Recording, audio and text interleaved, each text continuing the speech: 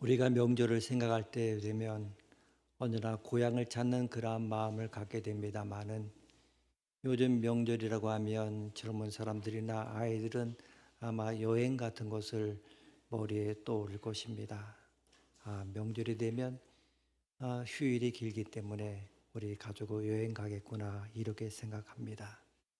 정말 아이들에게 있어 고향이라고 하는 것은 무엇이라고 생각합니까? 과연 아이들이 고향을 알까? 고향을 어떻게 생각할까?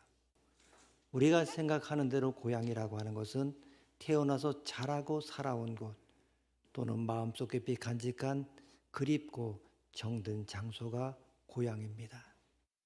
고향은 분명히 나의 과거가 있는 곳이고 정이 든 곳이고 일정한 형태로 내게 형성된 하나의 세계라고 하는 것입니다. 고향은 출생 장소를 기준으로 하는 경우도 있습니다만은 이 경우는 아주 일반적인 그러한 고향을 분류하는 것입니다. 고향은 지친 몸과 마음을 감싸줄 풋풋한 생명감이 있고 탄생과 생명의 원천으로서의 의미도 지니고 있습니다. 분명 사람에게는 누구나 돌아갈 고향이 있습니다. 미국 캘리포니아에 사는 사람이 시카고로 휴가를 가려고 하다가 시카고에 눈보라가 휘몰아치는 뉴스를 듣고 휴가지를 따뜻한 플로리다로 바꿨습니다. 이 플로리다에 도착한 남자가 호텔에서 아내에게 이메일을 보냈습니다. 그런데 주소를 잘못 입력해서 다른 가정으로 전달이 되었습니다. 그 가정은 목사님의 가정인데 목사님이 돌아가셔서 장례를 마치고 사모님이 집에 들어와서 컴퓨터를 켜고는 비명을 질렀습니다. 그 비명 소리에 옆집 아줌마가 달려왔습니다. 사모님은 말도 못하고 손으로 모니터를 가리켰습니다. 거기에는 이렇게 적혀 있었습니다. 나는 지금 막 도착했어. 허걱. 당신도 내일 이곳으로 오기를 바라오. 사랑하는 남편으로부터. 추신. 그런데 이곳은 매우 뜨겁소. 우리의 삶의 목적지는 천국입니다. 다른 곳에 가지 말고 더 나은 본향 천국에 가야 하는 것입니다. 이 세상에는 자기의 고향을 모르고 사는 사람도 있고 고향을 잊고 사는 사람도 있고 고향을 알지만 찾지 않고 사는 사람도 있고 고향을 찾아가는 사람도 있습니다. 그런데 우리는 고향에 있는 사람들입니다. 우리는 우리의 고향이 어딘지 아는 사람들입니다. 그리고 우리는 고향을 찾아가는 사람들입니다. 우리는 더 나은 본향을 찾아가는 사람들입니다. 우리는 천국 본향을 향해 가는 나그네들입니다. 독일의 철학자 하이데거는 현대인의 가장 심각한 불행은 고향을 잃어버린 것이라고 말했습니다. 고향을 잃어버린 사람들은 마음은 붙일 것이 없습니다. 인산인해를 이루는 대도시 한복판에서도 기댈 곳을 찾지 못합니다. 여기서 비롯되는 불안과 초조는 현대인들 모두에게 드리워진 그늘이라고 하는 것입니다. 우리가 많은 동물들에 대해서 귀소 본능을 가졌다라고 이렇게 많이 이야기하고 있습니다만은 그 중에서 연어를 보게 되면 자기가 태어난 곳에서 넓은 바다로 나가서 3년의 세월을 지냅니다. 바다에서 자그마치 25파운드나 되는 큰 물고기로 자란 연어가 다시 자기가 태어난 고향으로 돌아옵니다. 바다에서 강으로 거센 폭포 물줄기를 거슬러서 수만 리길 고향으로 다시 돌아오는 것입니다. 이처럼 고향을 찾는 것은 회귀 본능입니다. 사람도 마찬가지입니다. 모두가 다 고향을 그리워합니다. 그래서 고향에 관한 예수의 노래들이 많습니다. 고향 소식, 두고 온 고향, 고향의 노래, 고향 아집에, 고향이 좋아, 고향 무정, 고향의 봄, 향수 등등입니다. 특히 해마다 명절이 되면 고향에 그리워도 못 가는 실향민들의 외로움과 쓸쓸함은 참으로 안타깝습니다. 그래서 인간에게는 향수병이라고 하는 것이 있습니다. 어서 속히 남북이 통일되어 우리 모두 다 고향의 봄 노래를 부르며 왕래할 수 있기를 바랍니다. 그런데 우리 인간의 고향은 두 곳이 있습니다. 육신의 고향과 영혼의 고향입니다. 내 몸이 태어난 곳이 육신의 고향이요 내 영혼이 창조된 곳이 영혼의 고향 곧 하늘나라입니다. 그렇습니다. 천국이 곧 우리의 영혼의 본향입니다. 영원한 고향입니다. 따라서 오늘 본문을 보게 되면 믿음의 사람들은 더 좋은 본향을 그리워하며 살았음을 우리에게 가르쳐주고 있습니다. 그런데 우리는 성경에서 이와는 반대되는 구절도 보게 됩니다. 고향을 잃는 것이 아픔이요 고향에 머물러 사는 것이 행복인데도 불구하고 하나님께서는 고향을 떠나라 이렇게 말씀하시는 것입니다. 이 말씀을 받은 사람이 이스라엘 백성의 조상인 아브라함입니다. 하나님께서는 아브라함에게 명령하셨습니다. 내 본토 친척 아버지 집을 떠나라 즉 고향을 떠나라고 하셨습니다. 여러분 왜 정든 고향을 떠나라고 하셨습니까? 고향인데 거기 머물러 살아야 행복한데 왜 그것을 떠나라고 하신 것입니까? 하나님께서는 아브라함에게 고향을 떠나라고 하신 이유는 그의 고향이 온갖 더러운 곳으로 가득했기 때문입니다. 이 아브라함의 고향은 티그리스강과 유브라데 강이 만나는 기름진 곳 우르입니다. 이곳은 세계 4대 문명 중에 하나인 메소포타미아 문명이 꽃 피어난 곳입니다. 그러나 그곳은 하나님의 사람들 위협하는 것들이 가득한 곳이었습니다. 그 쓰레기와 시체와 같은 것들은 다름 아닌 죄악이었습니다. 그 죄악 중에 가장 심각한 것은 우상 숭배였습니다. 우르의 사람들은 다신교를 믿었습니다. 온갖 우상들을 만들어 놓고 섬겼습니다. 구약 성경에 많이 나오는 바알이라든지 아세라 같은 우상들은 모두 다 갈대아 신들로부터 나온 자식이나 마찬가지입니다. 우르가 우상 숭배의 도심을 보여주는 전승이 있습니다. 여호수아서 24장 2절에 보게 되면 옛적의 너희의 조상들 곧 아브라함의 아버지 나홀의 아버지 데라가 강 저쪽에 거주하여 다른 신들을 섬겼다라고 하는 그러한 구절이 있습니다. 아브라함의 아버지 데라도 우상 숭배자였습니다. 전승에 의하면 데라는 단순히 우상 숭배자가 아니라 우상을 제조하는 제조업자였습니다. 이것을 못마땅하게 여긴 아브라함이 어느 날 아버지의 신당에 들어가서 우상들을 모두 다 때려 부쉈습니다. 그리고 제일 큰 우상의 손에 큰 망치를 들려 놓았습니다. 집에 돌아온 데라가 이것을 보고 대노하여서 아브라함을 불렀습니다. 그때 아브라함이 대답합니다. 아마 우상들끼리 싸우다가 저 큰 우상이 때려 부순 모양입니다. 그러자 데라가 더 화를 내면서 나무 토막이 어떻게 그런 일을 하겠느냐 이렇게 소리를 질렀습니다. 그때 아브라함 말합니다. 때려 부수지도 못하고 대항하지도 못하는 것들이 어떻게 우리에게 복을 주겠습니까? 그러니 아버지도 우상을 버리고 우리에게 참 복을 주시는 하나님께로 돌아오십시오라고 이렇게 말했다고 합니다. 이 이야기가 보여주는 것이 무엇입니까? 아브라함의 고향 우르는 우상으로 가득한 곳이었음을 보여주고 있습니다. 우상 숭배의 도시, 죄악의 도시, 사람의 정신과 영혼을 나무 토막, 돌덩어리, 하늘의 해와 신 앞에 굴복시키는 도시가 우르요 그곳의 문명이었습니다. 그게 바로 아브라함의 영혼을 오염시키는 쓰레기요 시체와 같은 것들이었습니다. 그런 곳에서는 하나님의 복을 받을 수가 없었습니다. 그 땅은 타락하여 하나님의 복이 임할 땅이 아니었습니다. 아무리 정든 고향이지만 더럽혀진 곳, 그것은 아브라함이 머물러 있을 곳이 못 되었기 때문에 하나님은 그에게 떠나라고 명령하신 것입니다. 여기서 우리는 중요한 교훈을 받게 됩니다. 그것은 고향은 더럽히면 안 된다고 하는 것입니다. 고향이 더럽혀지는 순간에 고향은 더 이상 고향이 아닙니다. 고향이 우리에게 안식과 축복의 장소가 되려면 깨끗해야 됩니다. 그렇지 못하면 빨리 떠나야 할 저주받은 곳으로 전락하고 맙니다.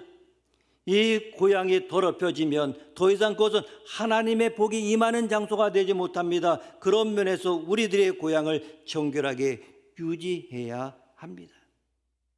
그렇다면 우리가 깨끗하고 정결하게 유지해야 할 고향이 무엇입니까? 그 대표적인 것을 예로 든다고 하면 가정을 들 수 있을 것입니다.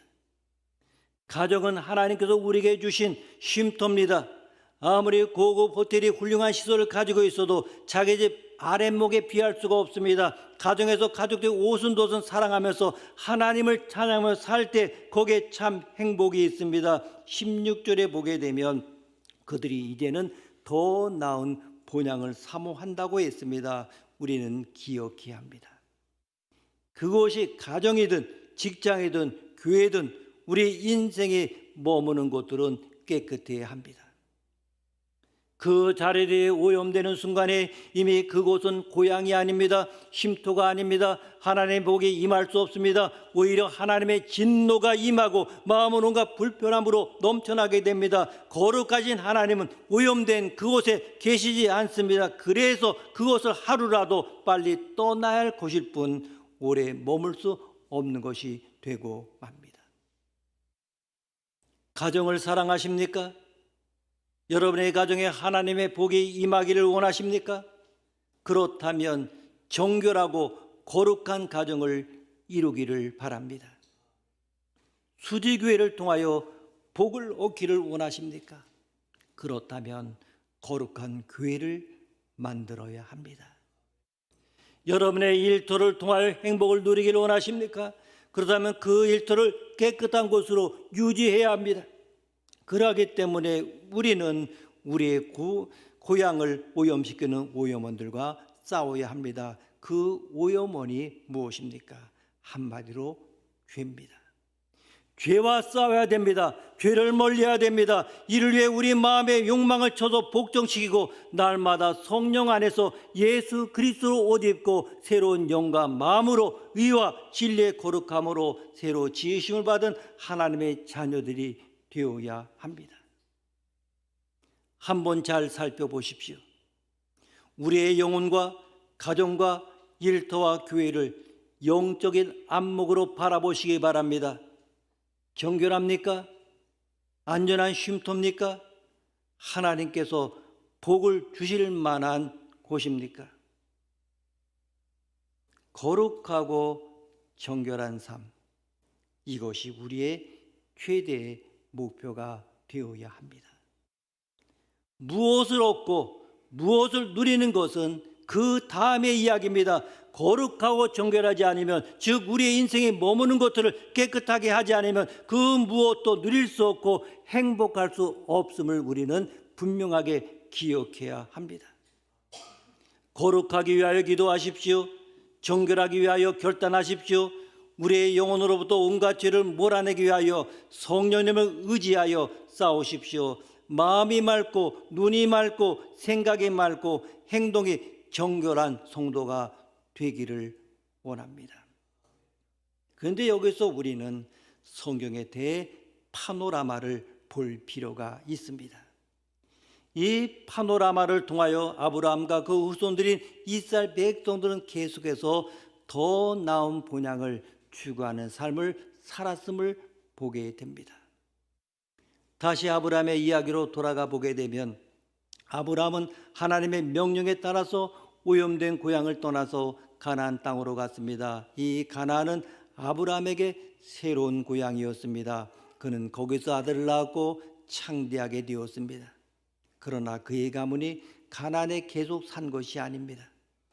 75살에 가나안에 간 아브라함은 25년이 지나 100세가 되었을 때 이삭을 낳았습니다. 그 이삭이 야곱을 낳은 것은 60세였습니다. 그런데 이삭이 세상을 떠나고 난 다음에 야곱의 가정은 가나안을 떠나서 애굽으로 가게 됩니다. 그때 야곱의 나이가 130세입니다. 이렇게 계산해 보면 아브라함의 가정은 가나안에 들어간 후에 215년 만에 가나안을 다시 떠나 애굽으로 가게 됩니다. 왜 애굽으로 가게 되었습니까? 그 이유는 가나안 땅에 큰 흉년이 임했기 때문입니다. 먹을 게 없었습니다. 그러나 애굽에는 요셉의 지혜로 인하여 미리 양식을 준비해 두었기 때문에 양식이 풍족했습니다. 굶어 죽을 위기에 처한 가나안은 더 이상 그들에게 고향이 아니었습니다. 하나님께서는 야곱으로 하여금 자녀들을 거느리고 애굽으로 가라고 했습니다. 그는 더 나은 본향을 찾아 애굽으로 갔습니다. 애굽 나일강 기슭에 기름진 삼각주 지어 그들에게 안식을 주는 새로운 고향이 되었습니다. 그러나 또 그들은 애굽을 떠나야만 했습니다. 거기서 오랜 세월이 흘렀을 때 그들은 노예 근성에 사로잡혀 있었습니다. 그들은 하나님을 잊어버렸습니다. 애굽의 우상을 숭배하면서 애굽 사람들을 신처럼 섬기며 살았습니다. 그들이 노예로 전락하는 순간에 이미 애굽은 그들에게 복을 안겨주는 고향이 될 수가 없었습니다. 그들이 애굽에 온 지 430년이 흘렀을 때 하나님은 모세를 보내서 그들을 새로운 고향으로 인도하셨습니다. 그들은 모세를 중심으로 해서 애굽을 떠났습니다.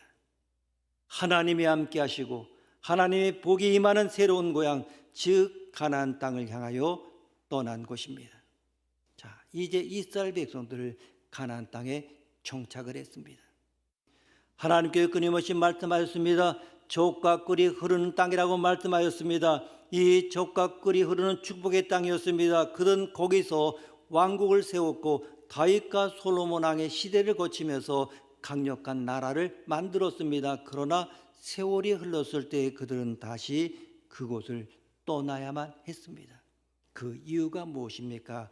그들이 그 나라를 죄로 오염시켰기 때문이었습니다. 그들은 하나님을 버렸습니다. 주변 나라 백성의 우상을 섬겼습니다. 음란했습니다. 하나님을 대적했습니다. 그러자 가나안 땅은 더 이상 그들에게 복을 주는 땅이 아니었습니다. 하나님은 그들을 포로가 되게 하셨고 그 땅을 떠나게 하셨습니다. 그런데 여러분 보십시오. 그들이 포로로 끌려간 곳이 어디입니까?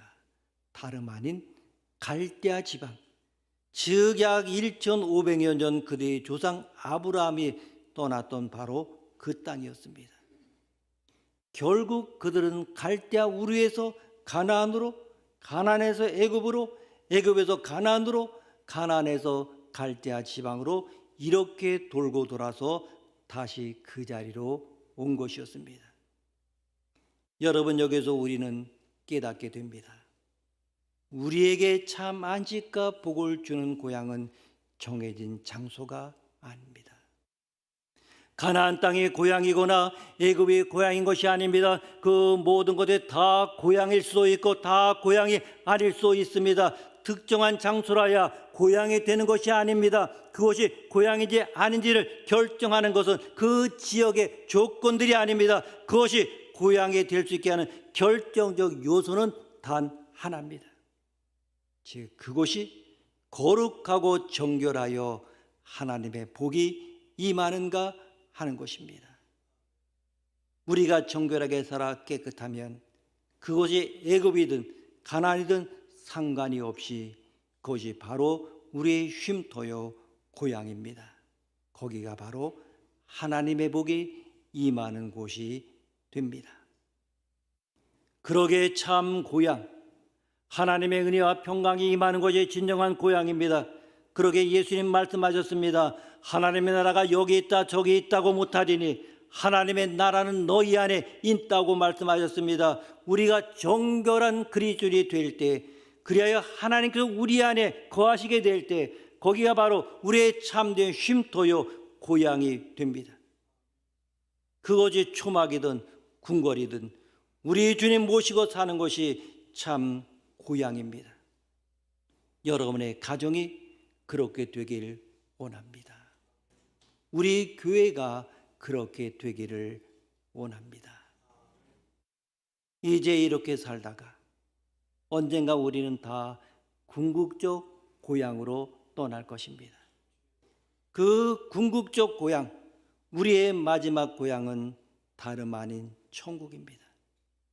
믿음의 조상들은 모두 다 이 세상의 고향으로부터 영원한 천국이라고 하는 더 나은 본향으로 가졌습니다. 오늘 16절 말씀 우리가 함께 읽겠습니다. 16절입니다. 그들이 이제는 더 나은 본향을 사모하니 곧 하늘에 있는 것이라. 이러므로 하나님이 그들의 하나님이라 일컬음 받으심을 부끄러워하지 아니하시고 그들을 위하여 한 성을 예비하셨느니라. 아멘. 이 세상이 아무리 좋아도 천국에 비할 수는 없습니다.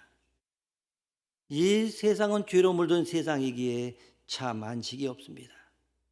수고하고 무거운 짐진 자들아 다 내게로 오라. 내가 너희를 쉬게 하리라. 부르신 우리 주님은 우리를 궁극적 고향인 천국으로 인도하실 것입니다. 그렇기 때문에 우리들은 궁극적인 고향인 천국에 관심을 가져야 합니다. 때로 우리가 새 아파트를 분양받았을 때 그 아파트 공사 주변을 자주 둘러보듯이 천국을 분양받은 우리 성도들은 천국에 관심을 가져야 합니다. 정말 천국이 낯설게 여겨지십니까? 아직까지 여러분 마음속에 천국에 대한 소망이 없는 것입니다. 영국의 유명한 기독교 작가인 루이스도 천국을 아주 막연하게 생각했습니다. 천국이 너무나 멀게만 생각됐습니다. 그런데 살이라도 배워줄 수 있을 만큼 가까운 친구인 찰스 윌리엄스가 세상을 떠났습니다. 그 장례식에서 루이스는 조사를 하면서 말했습니다. 전에 천국은 내게 멀리 느껴졌습니다. 그러나 이제 천국은 무척 가깝게 느껴집니다. 그곳에 내 친구 찰스가 있다고 생각하니 천국이 이젠 이웃집이 되었습니다. 그런데 찰스가 죽은 지 1년도 못 되어서 이번에는 루이스의 아내 조이가 세상을 떠났습니다. 루이스 부부는 금실이 좋기로 유명했는데 그토록 사랑하던 아내와 사별한 것입니다. 그 후에 루이스의 일기에 이렇게 적었습니다. 이제 천국은 내 집처럼 가까워졌다. 거기 조이가 있고 찰스가 있으니 그곳이 바로 내 집이 아닌가. 믿음이 독실하고 금실이 좋은 부부가 있었습니다. 어느 날 남편이 아내에게 말했습니다.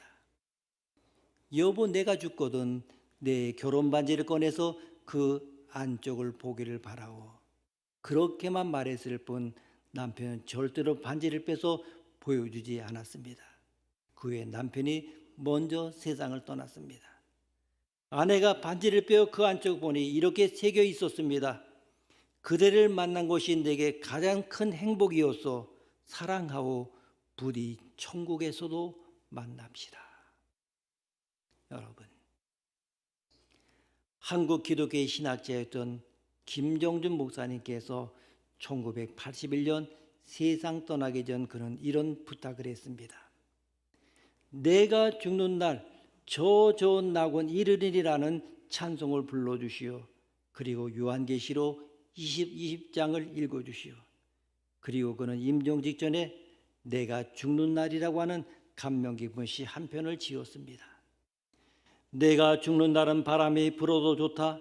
그것은 내 모든 이 세상 시름을 없이 하고 하늘나라로 올라가는 내 길을 준비함이기 때문에 내가 죽는 날은 눈이 부시도록 햇빛이 비치어도 좋다.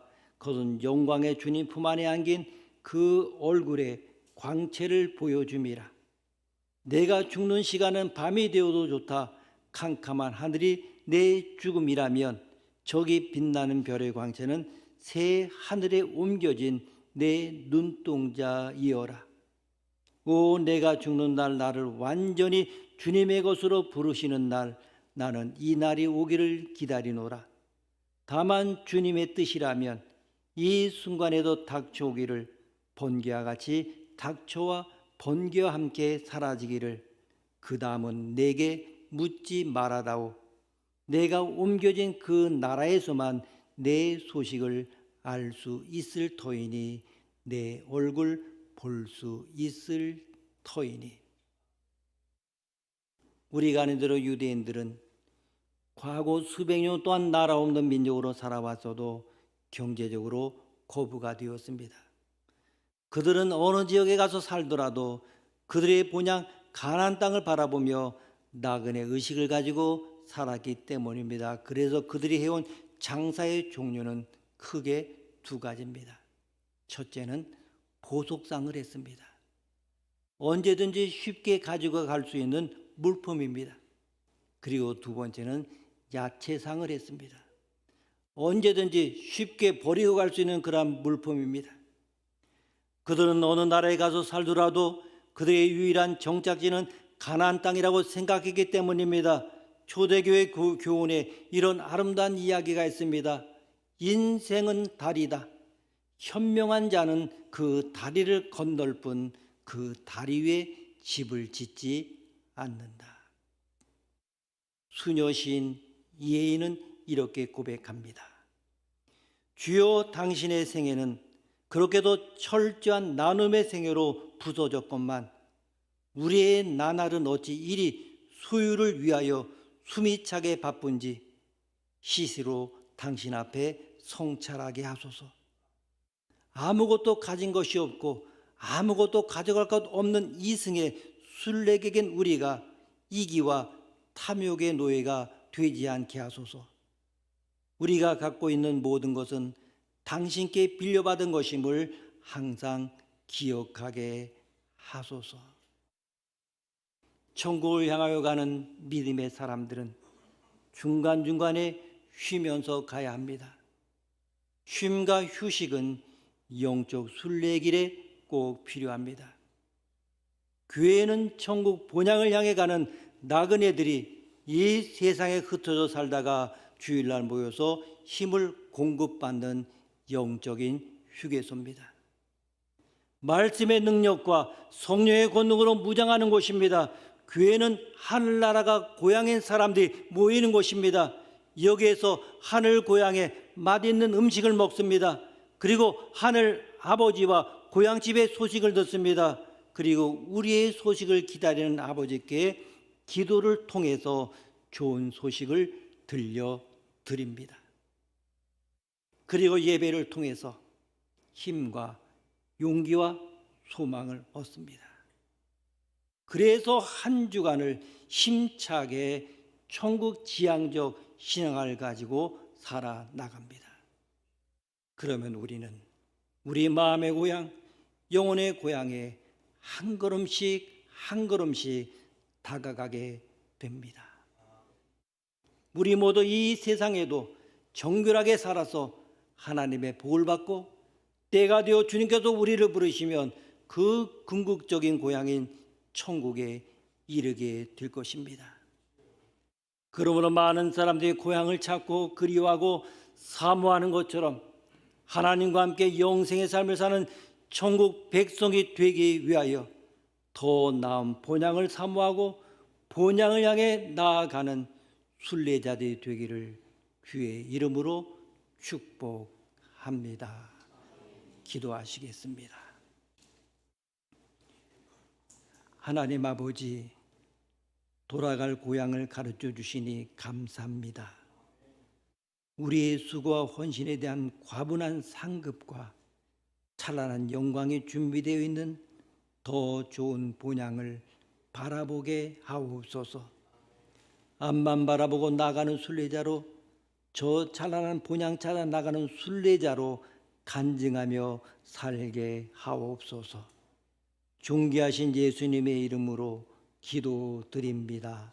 아멘.